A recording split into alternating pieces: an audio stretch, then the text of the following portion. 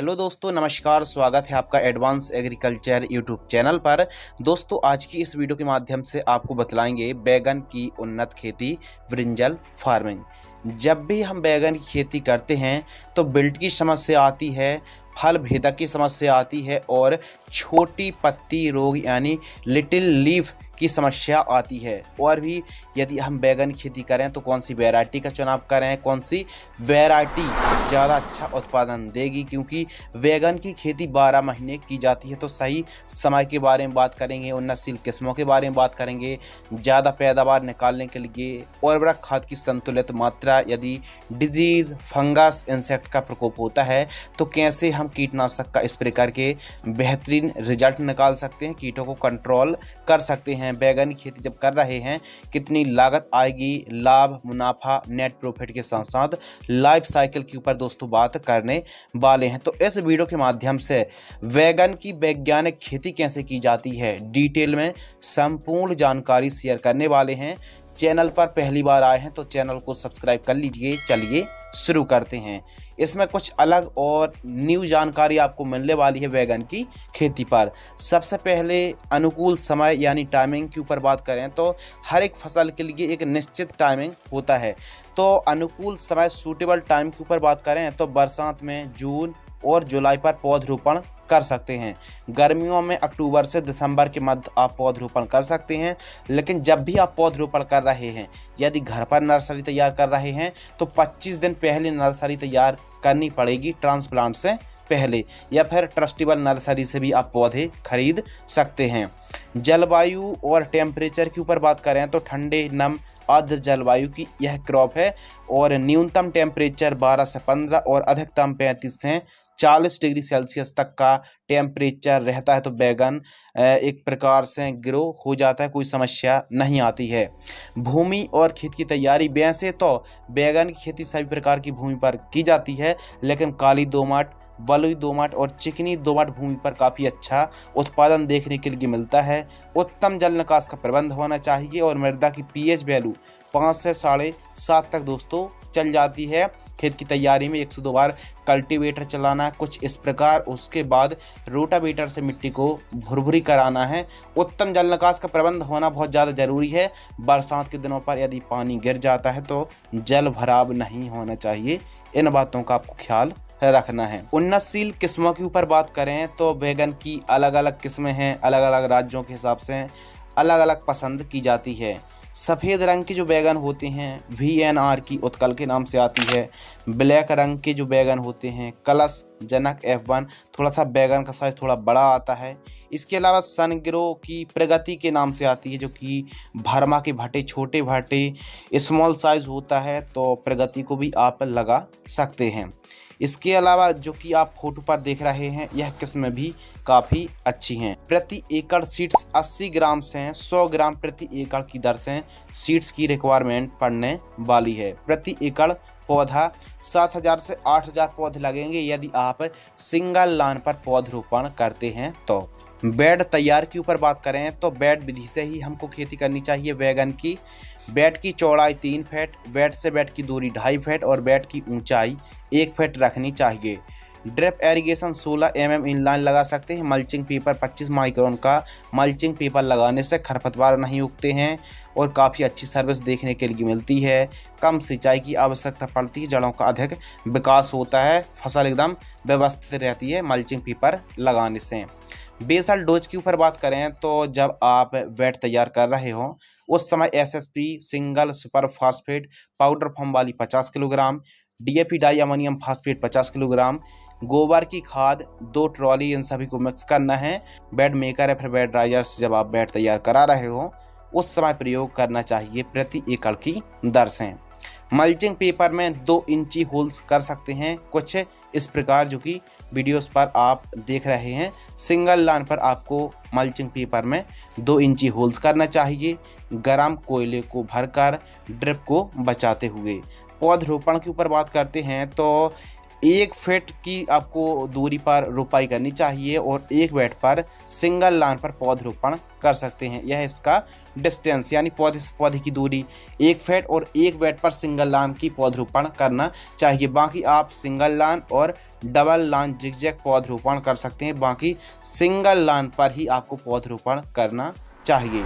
सिंचाई के ऊपर बात करते हैं तो ड्रिप्स हैं 2 दिनों के अंतराल पर और फ्लड एरीगेशन से 12 से 15 दिनों के अंतराल पर सिंचाई करनी चाहिए, लेकिन गर्मियों के दिनों पर 4 से 5 दिनों के अंतराल पर बैगन पर सिंचाई करनी चाहिए।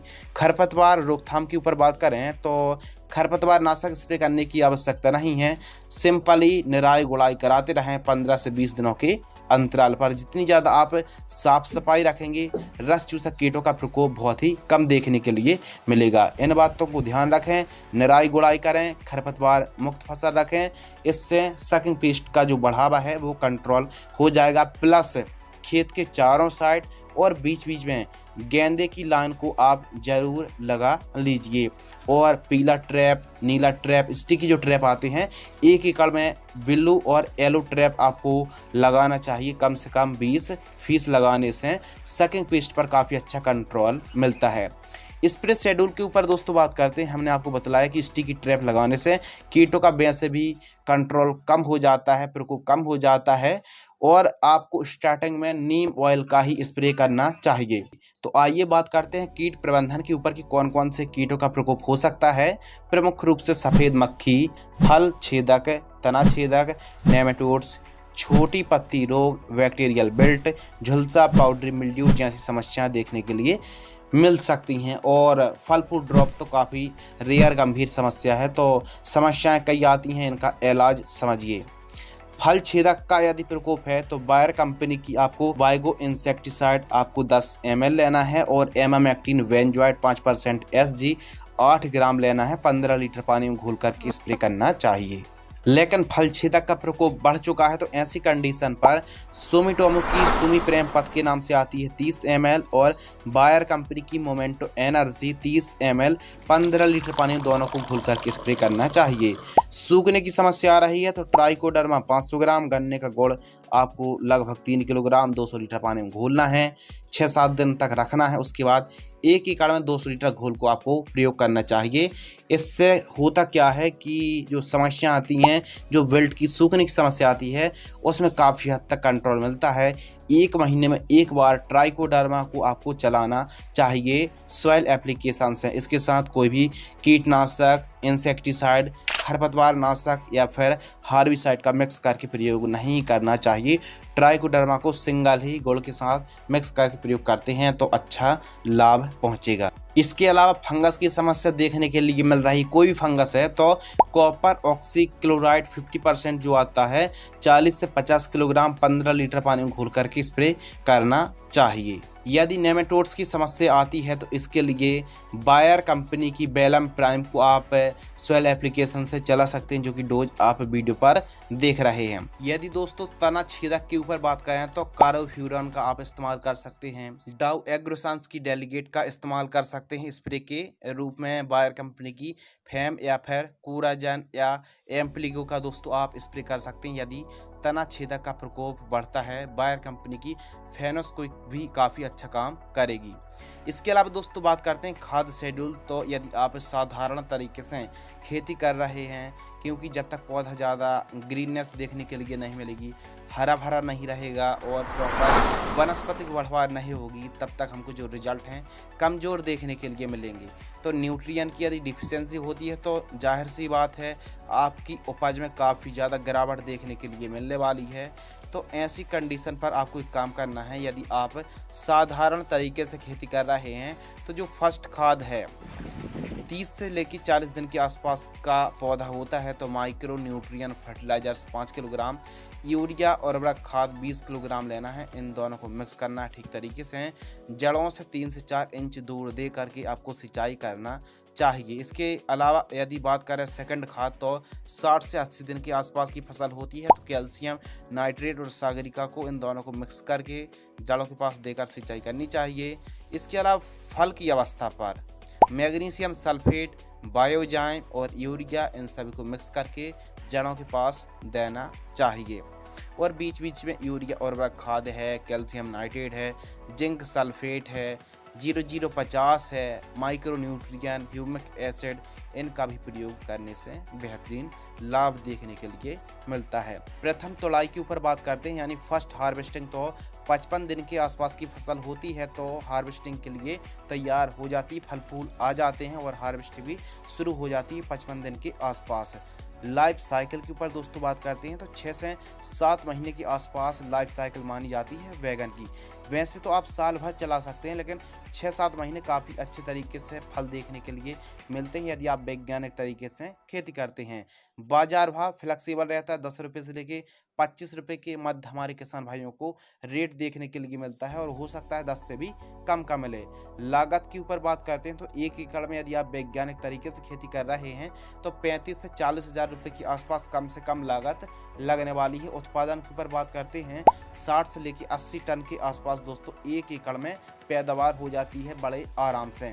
मुनाफा के ऊपर बात करते हैं 8 रुपये केजी का ही रेट मिल जाता है, यानी 800 रुपये क्विंटल, और 800 क्विंटल ही पैदावार मान लेते हैं तो 6,40,000 रुपये के आसपास हमारा मुनाफा आ गया। इसमें से लागत बता देंगे, लागत लगी हमारी 40,000 रुपये के आसपास। तो 1 एकड़ से जो हमारा नेट प्रॉफिट है, शुद्ध लाभ है, वो 6 लाख रुपए के आसपास आ गया। अब पैदावार भी घटती है, 8 से भी कम का रेट मिलता है और उतना ज़्यादा प्रोडक्शन नहीं हो पाता है, तो ये मान लीजिए कम से कम 4 से 5 लाख रुपए आप बड़े आराम से 1 एकड़ से कमाई कर सकते हैं। दोस्तों हमने स्टार्टिंग पर आपको बतलाया था कि छोटी पत्ती रोग जो बैगन की फसल पर एक बांझपन आता है, तो इसकी रोकथाम कैसे आप कर सकते हैं। यह एक वायरस है, इसको फैलने से आप बचा सकते हैं। इसको फैलाने का काम sucking pest, aphid jassid, mites, white fly ही काम करती हैं। तो वाइट फ्लाई हो गई, माइट्स हो गई, यह काफ़ी ज़्यादा लिटिल लीफ यानी बांझपन छोटी पत्ती रोग को फैलाती है। तो इसके लिए सकिंग पेस्ट के प्रॉपर आपको स्प्रे लेने चाहिए, जैसे वाइट फ्लाई है, माइट्स है, थ्रिप्स की आपको प्रॉपर यदि स्प्रे लेते हैं तो फिर यह जो रोग है वो वहीं कंट्रोल हो जाएगा, रोकथाम हो जाएगी। तो इसीलिए ऐसी कोई भी दवाई नहीं है कि छोटी पत्ती रोग पर आपने स्प्रे कर दिया 100% रिजल्ट मिल गए, नहीं, बल्कि सफ़ेद मक्खी है, माइट्स है, थ्रिप्स है, एफिड जैसिड है, इनके आपको प्रॉपर स्प्रे लेने पड़ेंगे, जैसे एसिटाइमप्रेड है, SLR 525 इंसेक्टिसाइड है, और थाइमोथोक्सोम है, इमिडाक्लोरप्रिड है, नीम ऑयल है, फिश ऑयल है। इनका स्प्रे यदि आप लेंगे तो काफ़ी हद तक जो सफ़ेद मक्खी है, सकिंग पेस्ट है, कंट्रोल होंगे, तो छोटी पत्ती रोग भी कंट्रोल हो जाएगा। तो आज की इस वीडियो के माध्यम से दोस्तों आपको बतलाया बैगन की उन्नत खेती। आपके मन में कोई सवाल हैं, सुझाव हैं, तो कमेंट सेक्शन में अपने सवाल या सुझाव लिख के भेज सकते हैं। मिलते हैं दोस्तों इसी प्रकार कृषि कार्य से जुड़ी एक और नई वीडियो के साथ। तब तक के लिए धन्यवाद, नमस्कार, जय हिंद, वंदे मातरम।